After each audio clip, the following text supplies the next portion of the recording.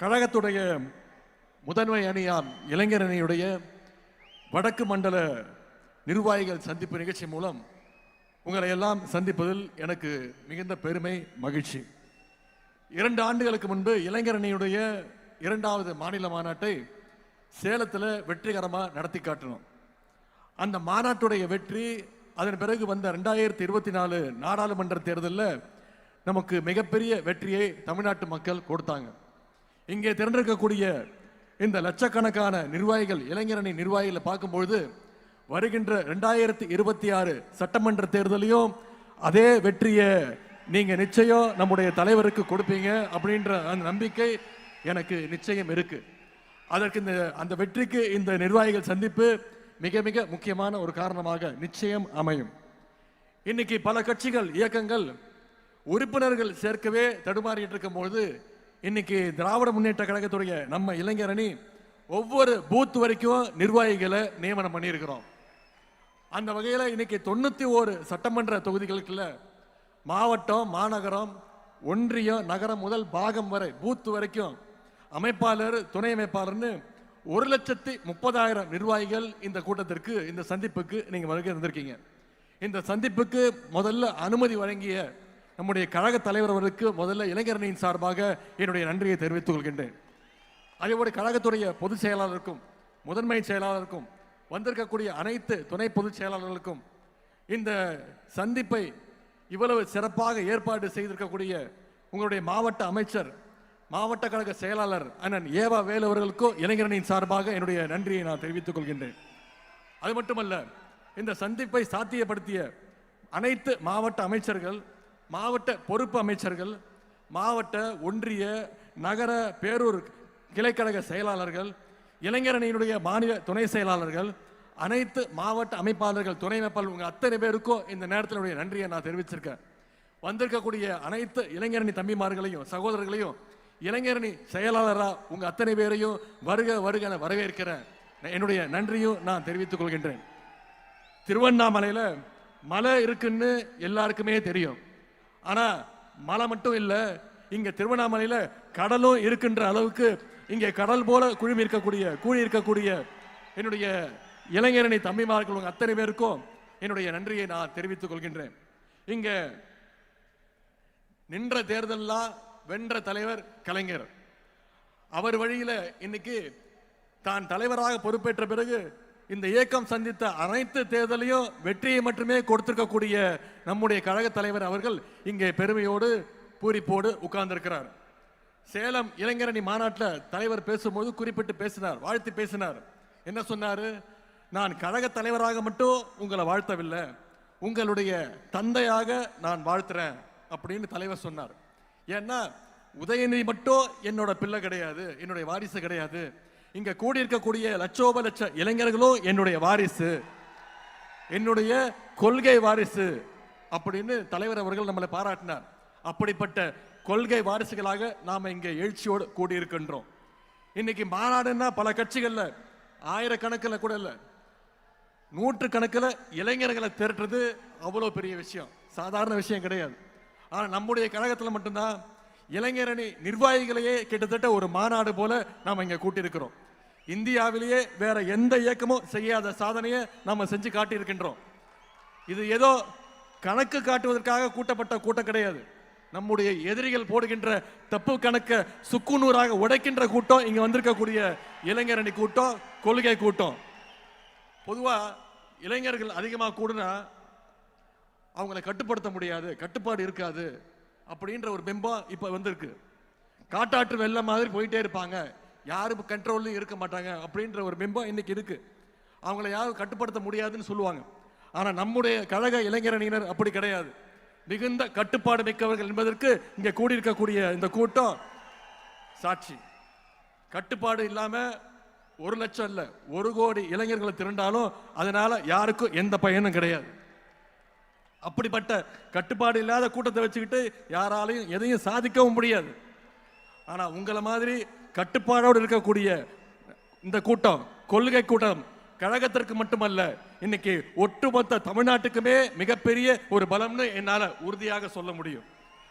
மற்ற இயக்கத்துல எல்லாம் தொண்டர்கள் இருப்பாங்க, நிர்வாகிகள் இருப்பாங்க, தலைவர்கள் இருப்பாங்க, பொறுப்பாளர் இருப்பாங்க. ஆனா திமுகவில் மட்டும்தான் உண்மையான அன்போட உடன்பிறப்பேன்னு கூப்பிடுற கூட்டம் நம்முடைய திமுகவில் மட்டும்தான் இருக்கு. இன்னைக்கு நம்முடைய திராவிட முன்னேற்ற கழகம் 75 ஆண்டுகளை கடந்து 76வது ஆண்டுல நாம நடைபோட்டு இருக்கோம். இந்த 75 ஆண்டுகள்ல உடன்பிறப்புகள் சிறைகளுக்கு போயிருக்காங்க, சித்திரவதைகளை அனுபவிச்சிருக்கிறாங்க, ஏன் மொழிக்காக தன்னுடைய உயிரையே தியாகம் பண்ணி இருக்கிறாங்க. ஆனா நம்முடைய உடன்பிறப்புகளாக இருக்கட்டும், இளைஞரணி தம்பிகளாக இருக்கட்டும், எந்த நேரத்திலையும் களத்திலிருந்து பின்வாங்கியது கிடையாது, ஆதிக்கத்துக்கு அடிபணிஞ்சதுக்கு நிச்சயம் கிடையாது, எந்த நேரத்திலையும் சுயமரியாதையை விட்டு கொடுத்தது கிடையாது. அப்படிப்பட்ட திமுகவை இன்னைக்கு சில பேர் மிரட்டி பார்க்கறாங்க. குறிப்பா குஜராத்தில் ஒரு நிகழ்ச்சி, அதில் பேசின ஒன்றிய உள்துறை அமைச்சர் திரு அமித்ஷா அவர்கள் பேசுறார். நமக்கெல்லாம் ஒரு சவால் விட்டுருக்கிறார். பீகார்ல நாங்க வெற்றி பெற்றுட்டோம், அடுத்து எங்களுடைய இலக்கு தமிழ்நாடு, அடுத்து எங்களுடைய டார்கெட் தமிழ்நாடுன்னு ஒன்றிய உள்துறை அமைச்சர் திரு அமித்ஷா அவர்கள் பேசுறார். நான் திரு அமித்ஷா அவர்களுக்கும் அவருடைய அடிமை கூட்டத்திற்கும் சொல்லுகின்றேன், நீங்க எவ்வளவு சீண்டினாலும் எவ்வளவு மிரட்டினாலும் அதை எதிர்கொள்வதற்கு எங்களுடைய கருப்பு சிவப்பு படை, எங்களுடைய இளைஞரணி படை என்றைக்கும் களத்தில் தயாராக இருக்கும். பேரறிஞர் அண்ணா அவர்கள் 1949ல் நம்முடைய இயக்கத்தை கட்சியை ஆரம்பிக்கும் போது சொல்லிட்டு தான் ஆரம்பிச்சாரு. என்ன சொன்னாரு? டெல்லியினுடைய ஆதிக்கத்தை எதிர்க்கத்தான் நாங்க வரோம்னு சொல்லிட்டு தான் கருப்பு சிவப்பு கொடியை ஏத்தினார் பேரறிஞர் அண்ணா அவர்கள். அன்னைக்கு ஆரம்பிச்சு இன்னைக்கு வரைக்கும் தமிழ்நாட்டை காப்பாற்றுவதற்கான அந்த போர்க்களத்தில் திராவிட முன்னேற்ற கழகம் என்னைக்குமே முன்வரிசையில் இருந்திருக்கு. இந்த போர்க்களத்தில் எதிரிகள் தான் மாறி மாறி வந்திருக்காங்களே தவிர திராவிட முன்னேற்ற கழகம் என்னைக்குமே அதே வலிமையோடு இன்னைக்கு இருந்திருக்கு. ஏன்னா நம்முடைய முதலமைச்சர் அவர்கள் ஏற்கனவே சொன்ன மாதிரி தமிழ்நாடு என்னைக்குமே டெல்லிக்கு அவுட் ஆஃப் கண்ட்ரோல் தான். அப்படிப்பட்ட நம்மளை பார்த்து தயாராக இருங்க, நாங்க தமிழ்நாட்டுக்கு வரோம்னு மிரட்ட பார்க்கறாங்க. திராவிட முன்னேற்ற கழகம் ஏதோ ஆட்சி அதிகாரத்துக்கு வரணும், பதவியை தக்க வச்சுக்கணும்னு உருவாக்கப்பட்ட இயக்கம் கிடையாது. இது தமிழ்நாட்டு மக்களை, தமிழினத்தை காப்பாற்றுறதுக்காக துவங்கப்பட்ட இயக்கம். மிசா எனும் நெருப்பாற்றில் நீந்தி வந்த இயக்கம். உலக வரலாற்றிலேயே ஈடு இணையில்லாத மொழி போரை நடத்தி அதிலையும் வெற்றி பெற்ற இயக்கம் திராவிட முன்னேற்ற கழகம். தமிழ் மொழிக்காக தண்டவாளத்தில் தலை வைத்த இயக்கம் திராவிட முன்னேற்ற கழகம். பல துரோகங்களை, பல அடக்குமுறைகளை வீழ்த்திய இயக்கம் திராவிட முன்னேற்ற கழகம். இப்படிப்பட்ட எங்களை பார்த்து குஜராத்தில் உட்கார்ந்து மிரட்டி பணிய வைக்கலாம்னு நினைச்சா நிச்சயம் அது உங்க கனவுல கூட நடக்காது. இங்க கூடி இருக்கக்கூடிய இளைஞரணி தம்பிமார்களும் தலைவருடைய உடன்பிறப்புகளும் இருக்கிற வரைக்கும் நிச்சயம் அது நடக்க விட மாட்டாங்க. ஆகவே கடைசி உடன்பிறப்பு இருக்க வரைக்கும் தமிழ்நாட்டை சங்கி கூட்டத்தால தொட்டு கூட பார்க்க முடியாது. நீங்க பீகார்ல வெற்றி பெற்றிருக்கலாம், உத்தரப்பிரதேசம், மத்திய பிரதேசம்னு வடநாட்டில் நீங்க வெற்றி பெற்றிருக்கலாம். ஆனா தமிழ்நாட்டுக்குள்ள ஈஸியா நுழைஞ்சிடலாம்னு நீங்க தப்பு கணக்கு போடுறீங்க. ஏன்னா நிச்சயம் நடக்காது. ஏன்னா தமிழ்நாட்டுக்குன்னு ஒரு தனித்துவம் இருக்கு. தந்தை பெரியார் அப்படிங்கிற கொள்கை நெருப்பு தமிழ்நாட்டை என்னைக்கும் சுற்றி நின்று காப்பாத்திட்டு இருக்கு. பேரறிஞர் அண்ணா, டாக்டர் கலைஞர் அவர்களும் அவங்க இன்றைக்கும் உணர்வாக இருந்து நம்முடைய தமிழ்நாட்டை வழி நடத்திட்டு இருக்கிறாங்க. ஜனநாயகத்தை பாதுகாக்க தன்னுடைய 23 வயசுலே மிசா கொடுமைகளை எதிர்கொண்ட கழக தலைவர் அவர்கள் நம்மை வழி நடத்த இன்றைக்கு இங்க இருக்கிறாங்க. பாஜக அப்படின்றது மதம் பிடிச்சு ஓடுற யானை அப்படின்னு நாம நினைச்சிட்டு இருக்கோம். ஆனா அந்த யானையை அடக்கிற அங்குசம் இதோ இங்க இருக்கக்கூடிய நம்முடைய கழக தலைவர் முத்துவேல் கருணாநிதி ஸ்டாலின் அவருடைய கைகளில் நிச்சயம் இருக்கு. இது மோடிக்கும் தெரியும், அமித்ஷாவுக்கும் தெரியும்.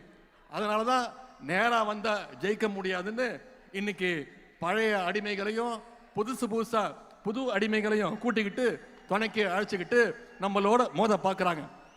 பழைய அடிமைகள் புதிய அடிமைகள் மட்டுமல்ல, இன்னைக்கு சிபிஐ, இடி, இன்கம் டாக்ஸ், ஏன் எலெக்ஷன் கமிஷன், இப்படி எல்லாரும் கூடயும் கூட்டணி வச்சு பாசிச பாஜக கூட்டு சேர்ந்து தமிழ்நாட்டுக்குள்ள நுழைய பார்க்கறாங்க. இப்படிப்பட்ட பாஜகவை நம்பித்தான் எதிர்கட்சி தலைவர் திரு எடப்பாடி பழனிசாமி அவர்களும் தேர்தல் களத்துக்கு வந்திருக்கிறார். ஆனா நாம அப்படி இல்லை. முழுக்க முழுக்க கழகத்துடைய தொண்டர்களையும் இளைஞரணி தம்பிமார்களையும் தமிழ்நாட்டு மக்களையும் நம்பி நாம களத்துக்கு வந்திருக்கிறோம். நாம தொடர்ந்து மக்களோட இருக்கோம், மக்களும் தொடர்ந்து நம்மோட இருப்பாங்க, அந்த நம்பிக்கையோட இருக்கும். 4 நாளுக்கு முன்னாடி சென்னையில் அதிமுகவுடைய பொதுக்குழு கூடுச்சு. அதுல ஒரு தீர்மானம் போட்டாங்க. 2026ல் திரு எடப்பாடி பழனிசாமி அவர்களை முதலமைச்சர் ஆக்குவோன்னு அடிமைகள் தீர்மானம் போட்டிருக்கிறாங்க. பொதுவா கார்ல பேட்டரி டவுன் ஆனா அதை 4 பேர் தள்ளி விட்டு ஸ்டார்ட் பண்ணலாம். ஆனா கார்ல இன்ஜினே இல்லைன்னா எவ்வளவு தள்ளினாலும் அது ஸ்டார்ட் ஆகாது. இன்ஜின் இல்லாத கார் தான் இன்னும் இருக்கக்கூடிய அண்ணா திராவிட முன்னேற்ற கழகம். இப்போ பாஜக அப்படின்ற லாரி அந்த இன்ஜின் இல்லாத காரை எப்படியாவது கட்டி இழுத்துட்டு போக பார்க்குது. இன்னைக்கு திரு எடப்பாடி பழனிசாமி அவர் சொல்றார், நீதித்துறையை காப்பாற்றணும், தமிழ்நாட்டை காப்பாற்றணும்னு சொல்றாரு. முதல்ல அவர் காப்பாற்ற வேண்டியது அண்ணா திராவிட முன்னேற்ற கழகத்தை பாஜக கிட்ட இருந்து காப்பாற்றணும். இன்னைக்கு கட்சியிலிருந்து ஒவ்வொருத்தரா வெளியே போயிட்டு இருக்கிறாங்க. ஆனா அவர் என்ன சொல்றாரு, யார் வேணாலும் வாங்க, யார் வேணாலும் போங்க, நான் மட்டும்தான் நிரந்தர பொதுச் செயலாளர். இதுதான் திரு எடப்பாடி பழனிசாமி அவர்களுக்கு தேவை. அவருக்கு தேவை மட்டும் கிடையாது, நமக்கும் தேவை அதுதான் என்பதை நீங்கள் உணர வேண்டும். திரு எடப்பாடி பழனிசாமி அவர்களே, உங்ககிட்ட ஒரே ஒரு விஷயத்தை சொல்றேன். அடிமையா இருந்து சுகமா வாழ்றதை விட சுயமரியாதையோடு சுதந்திரமா வாழ்றது தான் முக்கியம். இதோ இங்க இருக்கக்கூடிய எங்களுடைய லட்சக்கணக்கான திராவிட முன்னேற்ற கழகத்துடைய இளைஞரணி தம்பிமார்கள், கருப்பு சிவப்பு இளைஞர்கள் இங்க பாருங்க, சுதந்திரமா இருக்கும், குறிப்பா சுயமரியாதையோடு இருக்கும். அதனாலதான் இன்னைக்கு நம்மளை நோக்கி தமிழ்நாட்டு இளைஞர்கள் தொடர்ந்து வந்துட்டு இருக்கிறாங்க, தங்களுடைய ஆதரவை கொடுக்கிறாங்க. பாசிச சக்திகளிடமிருந்து தமிழ்நாட்டை காப்பாற்றுகின்ற ஆற்றல் திராவிட முன்னேற்ற கழகத்துக்கு மட்டும்தான் உண்டுன்னு இன்னைக்கு தமிழ்நாட்டு மக்கள் நிச்சயம் நம்புறாங்க. மக்களுக்கு அந்த நம்பிக்கையை வித்துட்டவர், அந்த நம்பிக்கையை பெற்றுள்ள தலைவர் நம்முடைய கழக தலைவர் அவர் இங்க வந்திருக்கிறாங்க. கழக தலைவர்கள் மீது மக்களுக்கு இருக்கக்கூடிய அந்த அசைக்க முடியாத நம்பிக்கை தான் பாசிச சக்திகளையும் அடிமை கூட்டத்தையும் அவங்களுடைய கண்களையும் உறுத்திக்கிட்டு இருக்கு. அதனாலதான் அமைதி பூங்காவா இருக்கக்கூடிய தமிழ்நாட்டில் எப்படியாவது நுழைஞ்சு ஏதாவது ஒரு கலவரத்தை செய்யலான்னு முயற்சி செஞ்சுக்கிட்டு இருக்கிறாங்க. அந்த பாசிச கலவர சக்திகளுக்கு தமிழ்நாட்டு மக்கள் சார்பாக இளைஞரின் தன்மைமார்கள் நாம அத்தனை பேர் சொல்லுவோம், we will never allow you, we are ready to face the consequences. நாங்கள் உங்களை நிச்சயம் தமிழ்நாட்டுக்குள்ள அனுமதிக்க மாட்டோம். அதனால் ஏற்படுகின்ற விளைவுகளை நிச்சயம் களத்தில் சந்திப்போம். தமிழ்நாட்டில் நடந்து வருகின்ற ஆட்சி சமூக நீதியை, சமத்துவத்தை, மதச்சார்பின்மையை, பெண்ணுரிமையை காக்கின்ற ஒரு ஆட்சி. இப்படிப்பட்ட நம்முடைய கழக ஆட்சியை மீண்டும் கொண்டு வர வேண்டியது நம்முடைய பொறுப்பு, குறிப்பா இளைஞரணி தம்பிமார்களுடைய கடமை. இங்க வந்திருக்கக்கூடிய இளைஞரணி நிர்வாகிகளுக்கு அந்த கடமை அதிகமாக இருக்கின்றது. இந்த நேரத்தில் தலைவர் அவர்களுக்கும் கழகத்துடைய பொதுச் செயலாளர்களுக்கும் ஒரு அன்பான இளைஞரணியின் சார்பாக ஒரு அன்பான வேண்டுகோள். நிச்சயம் வர இருக்கின்ற சட்டமன்ற தேர்தலில் எங்களுடைய இளைஞர்களுக்கு நீங்க போட்டியிட அதிகமாக வாய்ப்பை தர வேண்டும். இளைஞர்களுக்கு கொடுக்க வேண்டும், இளைஞரணிக்கு தான் கொடுக்கணும்னு சொல்லுவேன், இளைஞர்களுக்கு கொடுக்க வேண்டும் கோரிக்கை வைக்கிறேன். இளைஞரணி சார்பாக என்னென்ன பணிகள்லாம் செஞ்சிருக்கோம்னு நம்முடைய துணை பொதுச் செயலாளர் ஆராசா அவர்கள் இங்க பேசினாங்க. இவ்வளவு நாளா நாம என்ன செஞ்சோம் அப்படிங்கிறது எவ்வளவு முக்கியமோ அதே மாதிரி இனிமே என்ன செய்ய போறோங்கிறதும் மிக மிக முக்கியம். அப்படி நமக்கு முன்னாடி இருக்கக்கூடிய முதல் பணி, அடுத்த முக்கியமான பணி தான் 2026 சட்டமன்ற தேர்தல் பணி. அடுத்து வர்ற 4 மாதங்களுக்கு நாம அதை நோக்கி பயணம் செய்யணும், களத்துல கடுமையா உழைக்கணும்.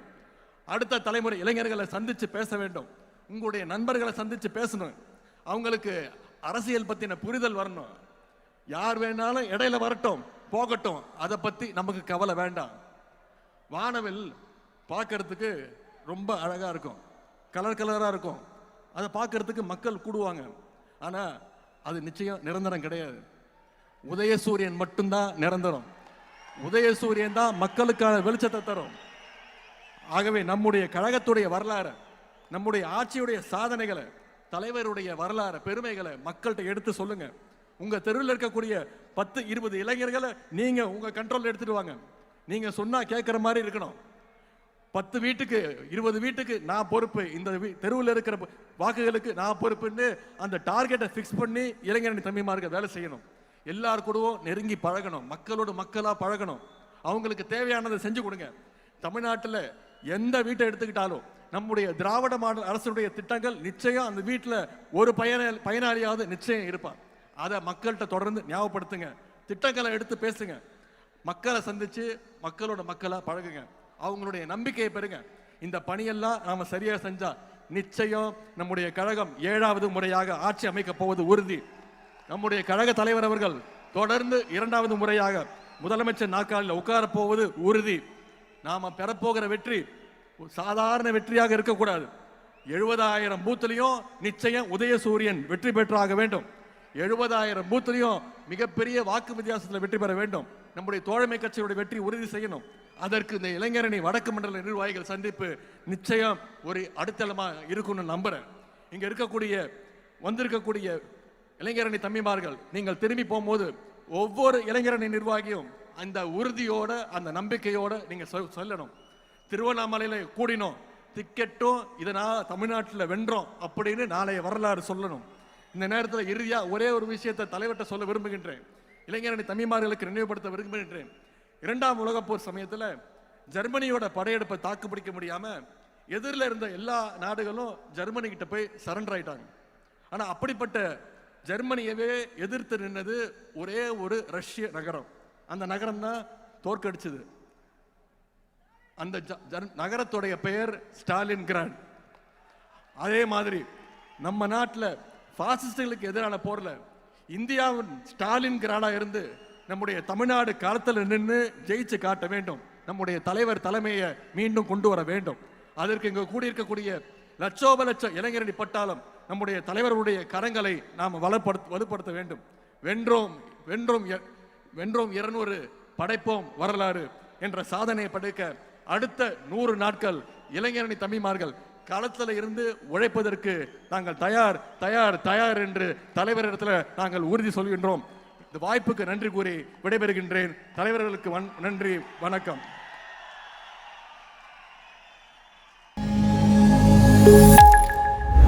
இளந்தலைவர் அவர்களுக்கு நன்றி. கழகத்துடைய